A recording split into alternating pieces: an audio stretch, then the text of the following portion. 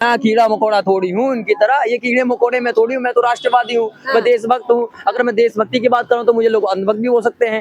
शांतिपूर्ण तरीके से बात नहीं है, वो तो मारने लायक ही नहीं है, वो क्या मारेगा। लेकिन उसका जो एम था वो क्या था कि यहाँ पे बच्चों को भविष्य बर्बाद कर देना। वो ट्वीट कर दिया कि सिसोदिया जी के गोद में ये अभिजीत जो दीपक है, सिसोदिया जी गोद में उनको पाले पोसे बड़े किए हैं।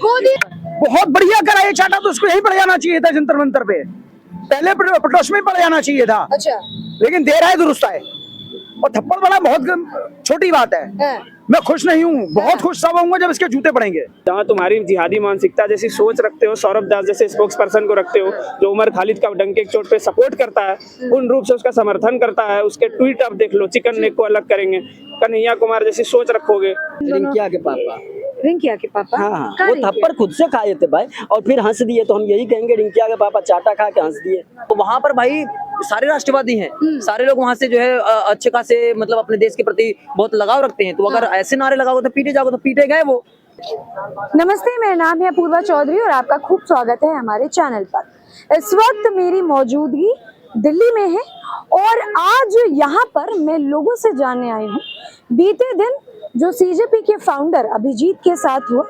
उनका ये कहना था कि हम जो है ऐसे ही आगे बढ़ते रहेंगे और हमें जो है पीसफुल तरीके से चीज़ें करनी है, परंतु जैसी उनकी बातें हैं, जैसा वो बोलते हैं कि लोग हमें पसंद आ रहे हैं, हमें जो हमारे जेनजी कॉकरोचेस हैं वो हमारा सपोर्ट कर रहे हैं, लेकिन जब वो ज़मीन पर आते हैं तो ज़मीनी हकीकत बिल्कुल अलग हो जाती है।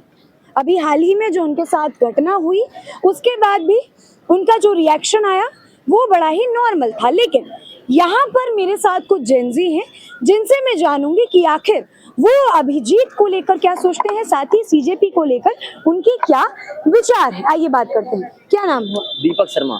शर्मा जी, क्या कहेंगे?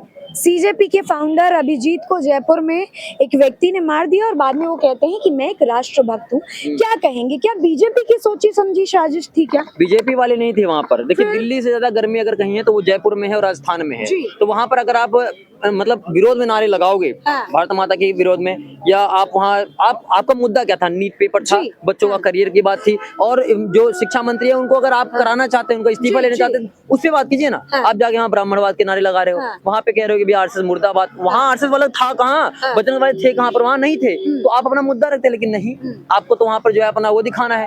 तो वहाँ पर भाई सारे राष्ट्रवादी हैं, सारे लोग वहाँ से जो है अच्छे खासे मतलब अपने देश के प्रति बहुत लगाव रखते हैं। तो अगर ऐसे नारे लगाओगे तो पीटे जाओगे, तो पीटे गए वो।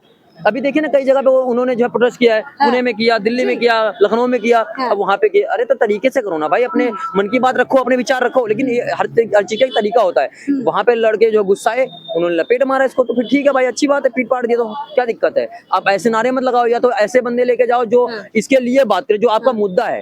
और ऐसे लोग ले जा रहे हो जो वहाँ पे नारे लगा रहे कुछ और ही।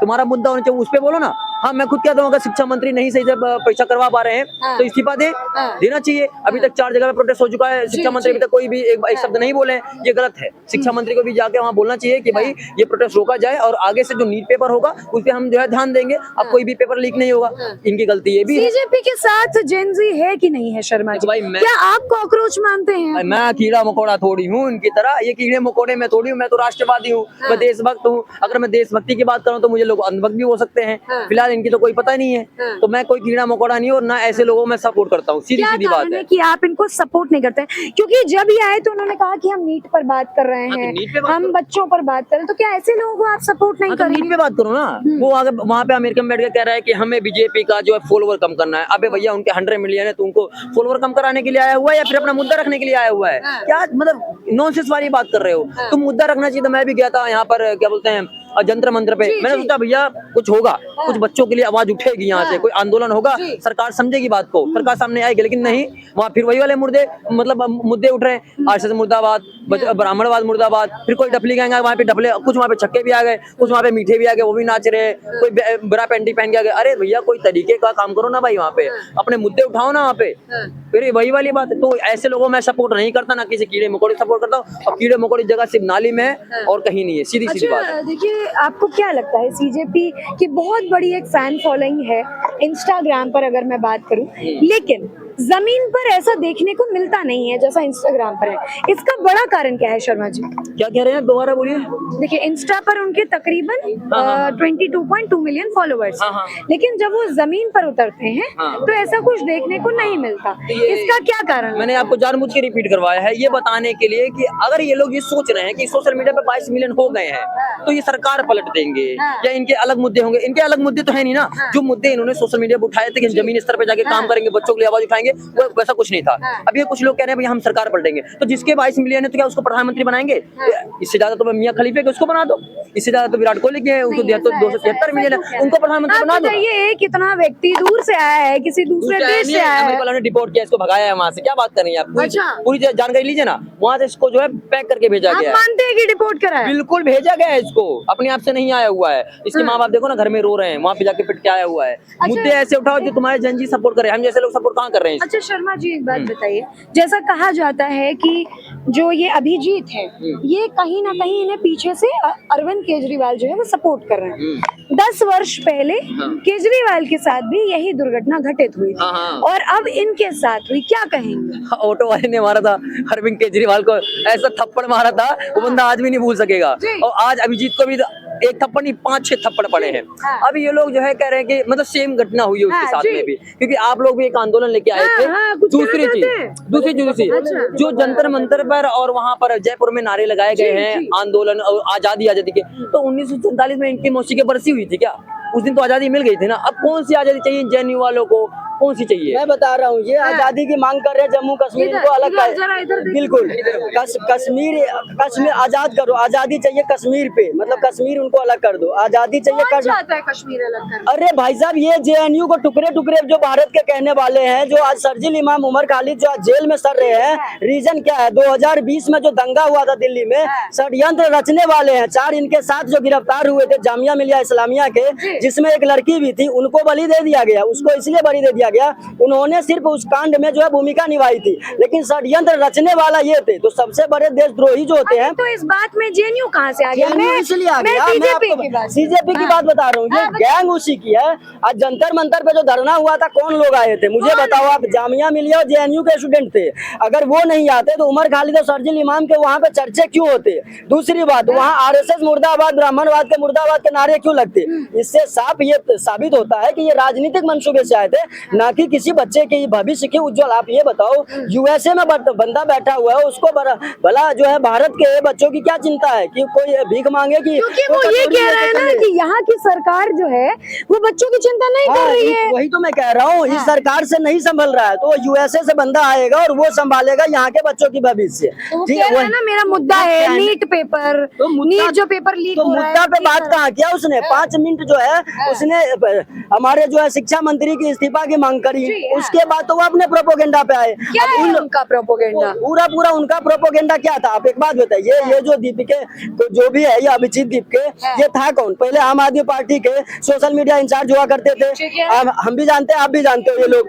अब ये जो है ये आए थे इस मंसूबे से कि हम यहाँ पे जाएंगे, बच्चों को वर्गलाएंगे, और बच्चे जो है थोड़ा सा क्या होता है, माइंड से वो डिसीजन लेते हैं। अच्छा। जो है मतलब अग्रेसिव माइंड होता है थोड़ा उस समय में, तो वो सोचे कि तुरंत जो है अराजकता फैल जाएगा पूरे भारत में, लेकिन इनके सोचने का बिल्कुल अपोजिट हो गया, क्योंकि ये नेपाल नहीं है, श्रीलंका नहीं है, बांग्लादेश नहीं है, ये हमारा भारत है। और यहाँ पे 1 से 1 17 साल की युवा आज के डेट में पूरे दुनिया में नाम छाया हुआ है बिहार का लड़का। तो हमारे यहाँ पे 1 से 1 17 साल में गौरवशाली बंदे हैं, यहाँ पे स्टूडेंट है।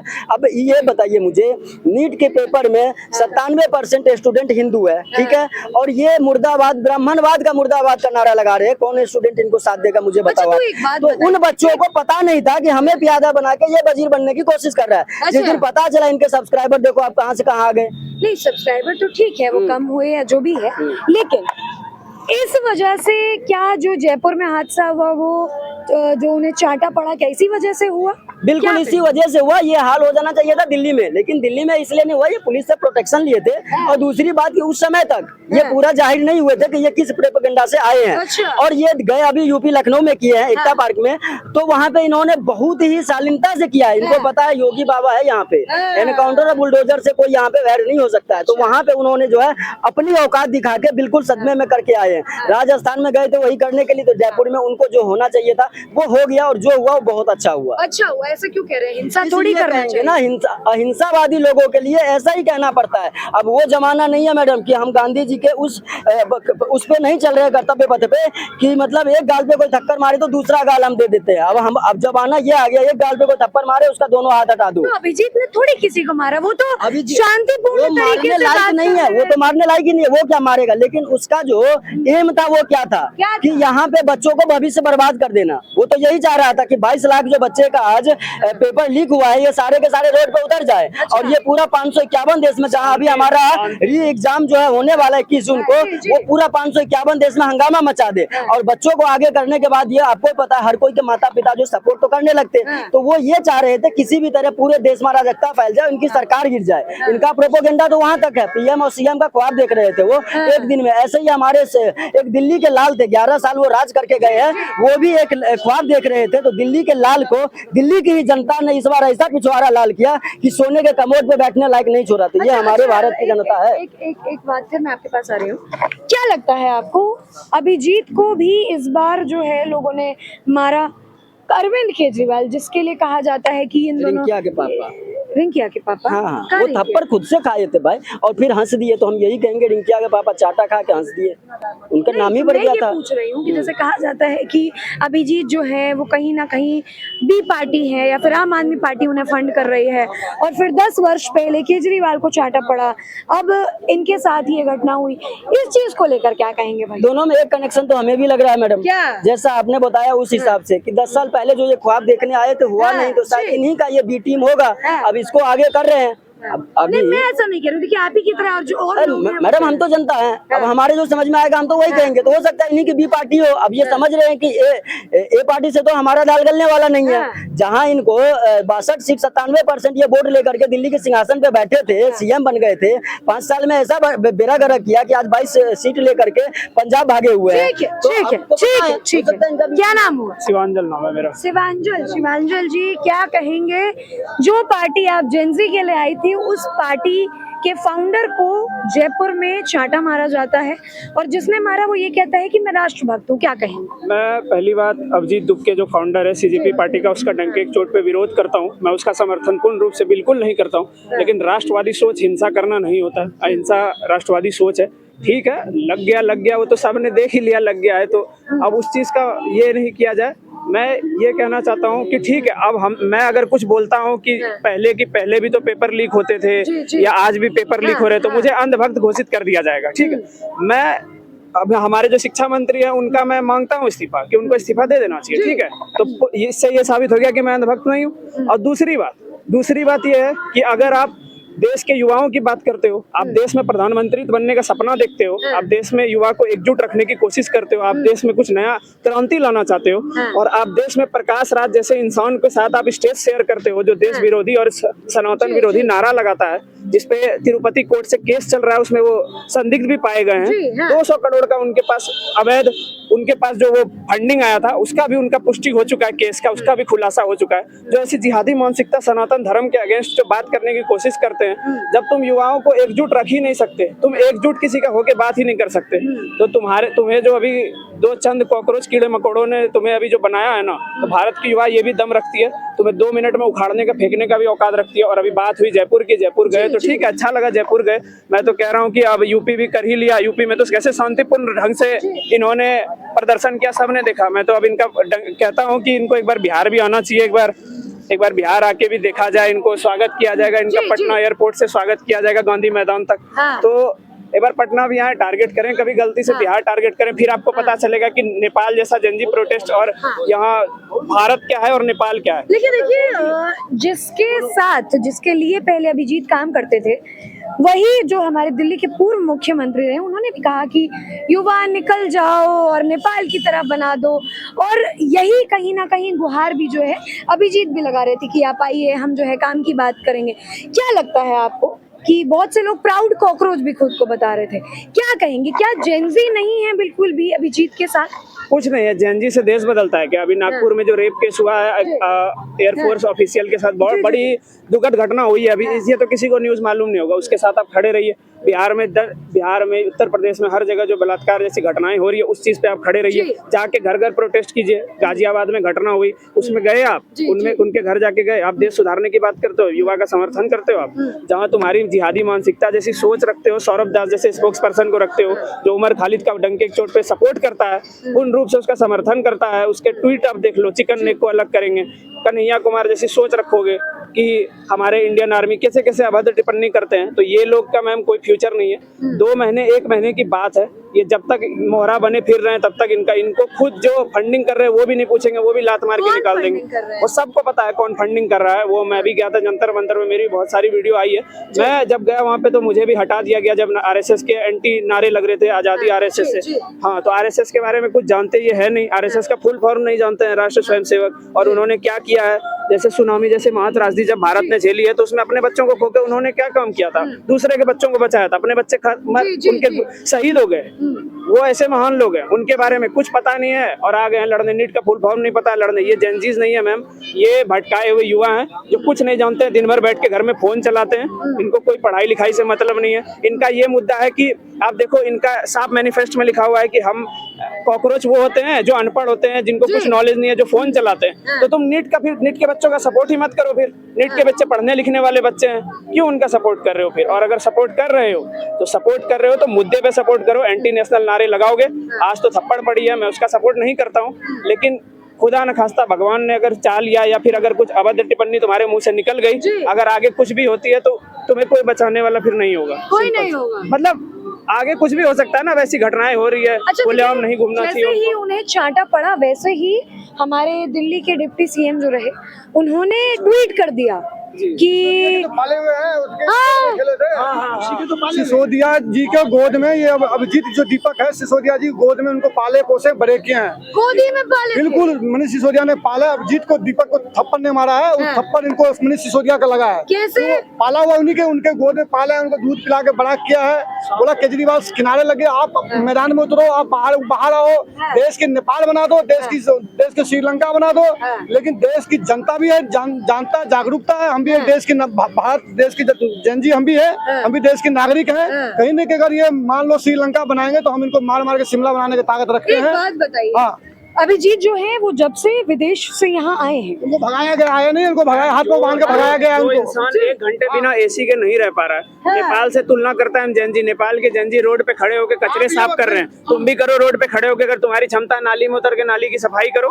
तुम एंटी नेशनल नारे लगा रहे हो और इन चीजों का समर्थन कर रहे हो। और तुम ये बोलते 22 मिलियन फॉलोवर थे उनका, इसके लिए पूरे जितने भी बड़े बड़े नेता दीपक को 22 मिलियन फॉलोवर, 22 मिलियन, तो 22 लोग भी जनता मंतर में नहीं पहुंचे थे। आधा से ज्यादा तो मीठे लोग पहुंचे थे जनता मंतर पे, उससे ज्यादा तो वही थे वहाँ जेएनयू के। तो सपोर्ट करने वाले तो देखिए कोई भी हो सकते हैं, मतलब मीठे लोग सपोर्ट कर रहे, मीठे लोग दे रहे नीट के एग्जाम, मीठे लोग नीट के एग्जाम देंगे, मीठे लोग हमारे देश की डिसाइड करेंगे। एग्जाम तो कोई भी। एक बात बताइए, तो नीट के फुल फॉर्म भी बताओ एग्जाम दिए तो अगर मान लो अगर सरकार से आपको विरोध है, सरकार ने गलत किया, अगर मान लो देश की जनता को अगर पेपर लीक हुआ है तो धर्मेंद्र प्रधान को आके सामने जवाब देना चाहिए। हमारा युवा के दर्द भी बंदा जवाब लेना भी चाहिए।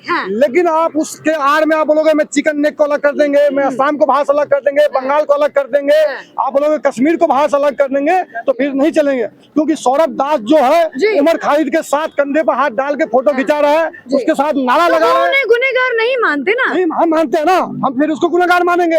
देखो भारत की नहीं मानते नहीं, भारत की बात यह है जो आप अगर 9 साल के बच्चा 10 साल से ऊपर हो, अगर आपको फुल टिकट लगेगा ट्रेन में, लेकिन 10 साल के बच्चे ऊपर से जो बच्चे क्राइम करता है वो नाबालिग माना जाता है, उस पर केस नहीं दर्ज होता है। तो कहीं न कहीं ये दर्शाता है जो कहीं न कहीं संविधान को ठीक करना चाहिए।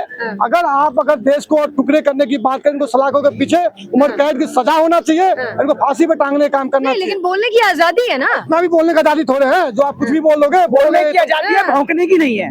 अच्छा, बोलने की आजादी है, भौंकने की नहीं है। ऐसा क्यों बोल रहे थे? क्यों एक चीज बताइए, जो देश विरोधी नारे लगाया भौंकेगा। और एक बात बताइए, रात को नीट पीते हैं, सुबह नीट की बात करते हैं। अच्छा, कैसे?